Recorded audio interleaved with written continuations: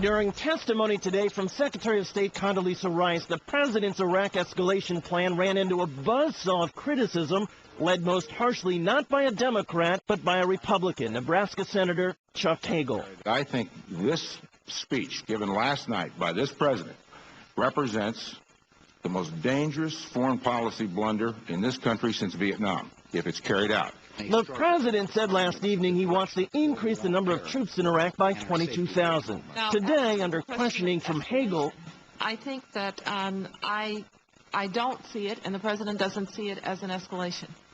What he sees Putting 22,000 new troops, more troops in, is not an escalation? Would you call it a decrease? And billions of dollars more that you need for it? I would call it, Senator, an augmentation that allows the Iraqis to deal with this very serious problem that they have in Baghdad. Rice then testified that most U.S. casualties in Iraq are not because the U.S. is trying to tamp down sectarian violence. They're not because we are caught in the middle of crossfire between Sunnis and Shia.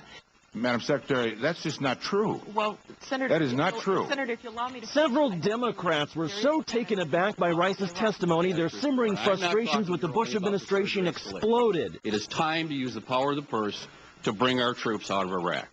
Russ Feingold said Iraq had made America less safe and our enemies more powerful, and he dared Rice to disagree. Well, I think the diversion of attention from the most important problems in the world has everything to do with this terrible mistake. Let's try something that I think is more direct. What about our military? The strain in our military. Is our military better off than it was before the Iraq intervention? Senator, we're at war, and when we're at war, there's going to be strain on the military.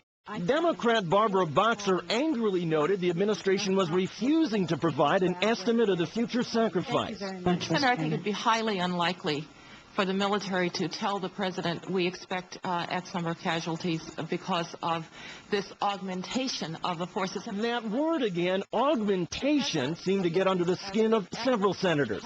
Republican George Voinovich, a war supporter, said in dramatic fashion that the administration was losing him. I've gone along with the president on this, and I bought into his dream. And at this stage of the game, I don't think it's going to happen.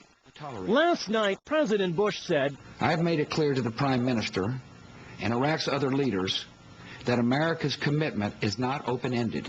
Today, all right, if it's not open-ended, does that mean you're prepared if they fail to pull out, to terminate? What is the accountability mechanism? Senator, I think it's best to leave the president's words as the president's words. All of the unanswered questions about the Iraqi government, diplomacy, and a U.S. exit strategy prompted several crucial war supporters to announce they are going to oppose the administration's plan. But I'm not convinced as I look to the plan that the president presented yesterday that what we're seeing is that much different than what we have been doing in the past. I have supported you and the administration on the war, and I cannot continue to support the administration's position. Not one senator on the committee expressed support for the Iraq escalation. And now it's not even clear if Republican leader Mitch McConnell will have the support he is looking for to sustain his threatened filibuster and block a vote against the White House next week. I'm David Schuster for Hardball in Washington.